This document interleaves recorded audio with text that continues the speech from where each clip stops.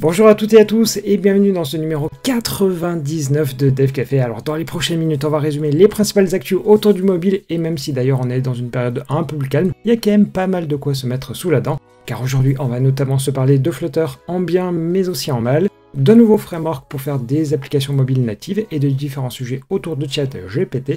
Bref, j'espère que ça vous plaira, mais avant, n'oubliez pas le petit like. Allez, on commence.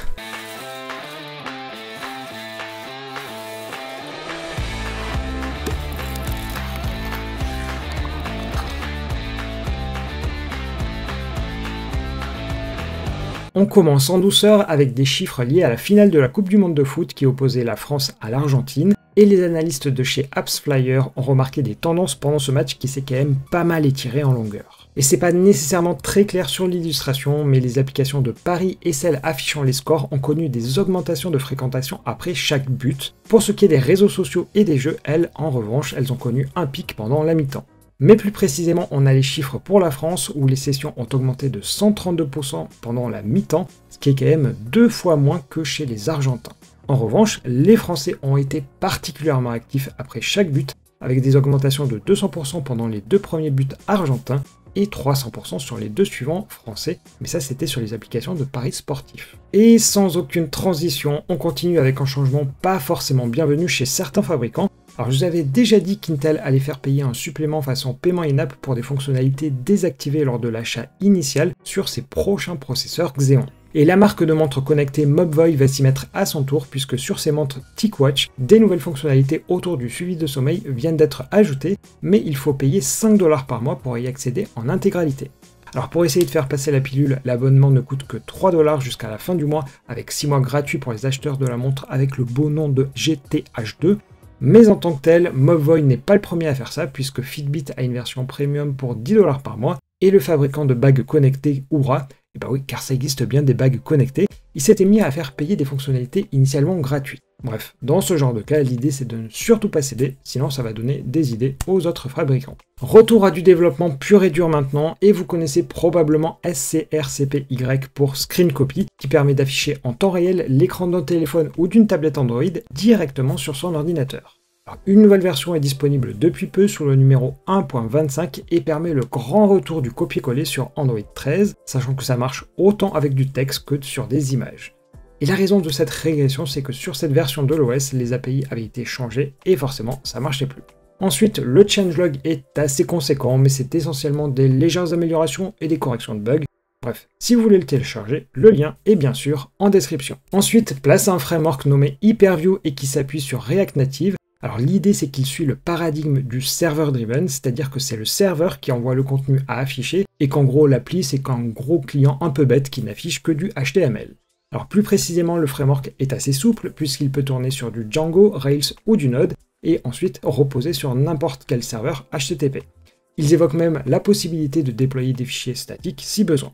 L'avantage de cette solution, c'est qu'il n'y a plus vraiment besoin que les utilisateurs mettent à jour les applications sur les stores car c'est le serveur qui envoie le contenu. Par contre, étonnamment, il cache en fin de page qu'il n'y a aucun support des données en local, ni même du en ligne, qui devrait quand même pas mal limiter la techno, en tout cas la limiter sur certains écrans pour des applications complètes. Alors de mon côté, j'ai quand même pu tester, et dans l'ensemble ça marche assez bien, en tout cas aussi bien qu'une application en React. Au cas où, pour rappel, le framework s'appelle Hyperview, et c'est créé par la société Instawork, qui semble être spécialisée dans l'embauche de personnes rémunérées à l'heure. Une pratique, hélas, bien trop répandue aux États-Unis. Allez, sans transition là aussi, place à nos actus en bref du jour avec malheureusement pas que des bonnes nouvelles. Le W3C est le consortium qui définit les standards du web et qui possède des bureaux un peu partout dans le monde, dont la France, le Japon et les États-Unis. Dans le pays de l'oncle Sam, les locaux se trouvent au MIT, mais on leur a demandé de quitter les lieux dès la fin du mois de décembre. Après un appel à l'aide sur Twitter, la situation s'est finalement réglée et les différentes ressources pourront bien être transférées. La création d'une entité légale à part entière qui était prévue pour janvier pourra donc avoir lieu comme prévu. Le Microsoft Store est la boutique d'applications et jeux que l'on retrouve sur Windows. Microsoft Ads, qui est aujourd'hui en bêta, passera en version publique le 5 janvier, permettant ainsi la diffusion plus globale des publicités sur la boutique. Mais les publicités ne s'arrêteront pas en si bon chemin sur le système de Microsoft puisqu'il est prévu que la publicité arrivera également sur les widgets sur la deuxième moitié de l'année. MariaDB, la société qui distribue une version entreprise de la célèbre base de données, est rentrée en bourse lundi dernier à New York avec une action initialement fixée à 11,55 $. Mais dès la fermeture, 40% de cette valeur avait été perdue. Et pire, vendredi dernier, elle ne valait plus que 4 $. Les dirigeants restent tout de même confiants et on l'espère pour eux. Apple n'avait pas réussi à réaliser son AirPower, un chargeur sans fil annoncé en 2017 mais qui n'a jamais vu le jour. Finalement, c'est Tesla qui va proposer le sien et qui sera même capable de recharger 3 terminaux à la fois jusqu'à 15 watts. En revanche, sortez le porte-monnaie puisqu'il coûtera tout de même 300 $. Les câbles ont encore de beaux jours devant eux, tant sur le prix que pour la consommation énergétique. Tristan Nitto, l'ancien président de Mozilla Europe, avait été nommé responsable du développement durable chez Scaleway au mois d'août. Mais son profil n'aurait pas satisfait Iliad qui détient la société, puisque sa période d'essai a été annulée au bout de quelques mois. Avec l'émergence des IA génératives comme Stable Diffusion ou Midjourney qui permettent de créer des images à partir de textes, le célèbre Becherel a publié des vidéos pour se moquer de ces IA. Des coquilles sont volontairement glissées pour rendre les résultats totalement absurdes, comme vous pouvez le voir en vidéo. Pour reprendre, je vais vous lister 4-5 actus autour de ChatGPT, comme ça vous pourrez aller voir les liens en description si ça vous intéresse d'en savoir plus. Alors pour commencer, il existe une extension pour Chrome qui permet de découvrir les potentielles erreurs dans les pull requests. Alors je vous avais déjà montré un outil similaire mais qui n'était pas basé sur ChatGPT et pas sous la forme d'une extension. Au cas où, n'hésitez pas à aller la télécharger et à faire vos retours dans les commentaires. Ensuite, si les commandes bash vous sont trop compliquées à écrire, là aussi, ChatGPT peut les écrire à votre place. Et on poursuit avec le site Surge qui a voulu faire un comparatif entre ChatGPT et Google sur près de 500 requêtes. Et il en ressort que ChatGPT est très bon pour synthétiser des réponses et répondre aux questions autour du code. En revanche, Google se montre bien plus fiable sur tout le reste, ce qui est quand même normal vu le nombre d'années depuis que le moteur de recherche existe. Et enfin, si ChatGPT ne vous tente pas trop, vous avez ici 4 alternatives qui sont présentées dans ce thread. Et place à une mauvaise nouvelle désormais, puisqu'un malware développé en Flutter vient d'apparaître sous le nom de Money Monger ou mangeur d'argent en bon français. Alors pour le moment, il n'est distribué qu'à travers des boutiques d'applications en dehors du Google Play, mais ça peut aussi venir de campagnes de phishing par mail ou sur les réseaux sociaux.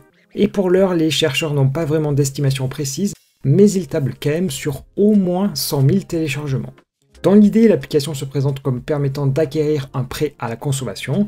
Du coup, les utilisateurs rentrent quelques infos personnelles, mais surtout l'application prétexte le besoin d'accéder aux permissions du téléphone, et elle y va vraiment de bon cœur avec la caméra, les contacts, le GPS, les SMS et les fichiers, bref, à peu près tout. L'idée c'est qu'ensuite les attaquants contactent les victimes pour leur faire du chantage pour qu'elles paient en échange qu'aucune information ne soit divulguée. Mais bon, il ne s'agit pas de grandes personnalités, mais vu qu'ils ont accès aux contacts du téléphone, ils laissent croire que des photos peuvent par exemple être diffusées aux contacts proches. Et s'ils ont choisi Flutter, c'est que sur Android, le code Dart est compilé en natif, ce qui échappe aux outils statiques de détection. Et s'ils ont choisi Flutter, c'est que sur Android, le code Dart est compilé en natif, ce qui échappe aux outils statiques de détection. Car pour rappel, le code Java ou Kotlin est traduit pour la JVM dans un langage plus ou moins compréhensible qui s'appelle le bytecode, là où du code natif est bien plus complexe à déchiffrer. Bref, comme d'habitude, le conseil c'est bien d'utiliser le Google Play et croisons surtout les doigts que ce genre de malware ne vienne pas entacher la réputation de Flutter. Et pour terminer, place à un outil bien plus réjouissant pour les applications Flutter uniquement, puisqu'il s'agit d'un framework de test end-to-end, c'est-à-dire le niveau le plus proche de ce que font les utilisateurs finaux. Alors le framework s'appelle Honey et il est développé par ClickUp, un super outil d'ailleurs entre parenthèses.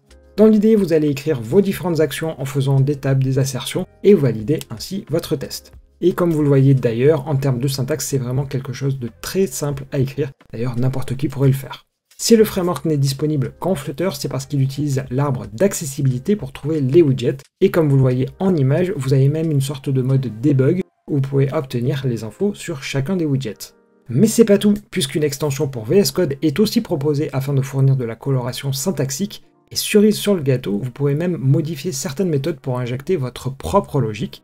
Ici, par exemple, la commande login with email and password, qui est totalement custom, bien, les variables sont injectées aux bons endroits.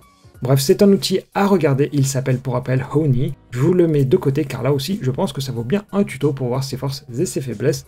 Mais en attendant, le lien du projet, il est bien sûr en description. Et voilà, on va s'arrêter là pour aujourd'hui, et malheureusement c'est pas comme hier, il n'y avait pas que des bonnes nouvelles. En tout cas pour demain, je pense pas qu'il y aura de dev café, mais plutôt un tuto, car mon backlog s'agrandit pas mal et l'actu est quand même moins conséquente que d'habitude. Du coup, rendez-vous demain, même heure et même endroit, et si vous avez quelques instants, n'hésitez pas à partager la vidéo autour de vous. En tout cas, bonne journée à tous et à toutes.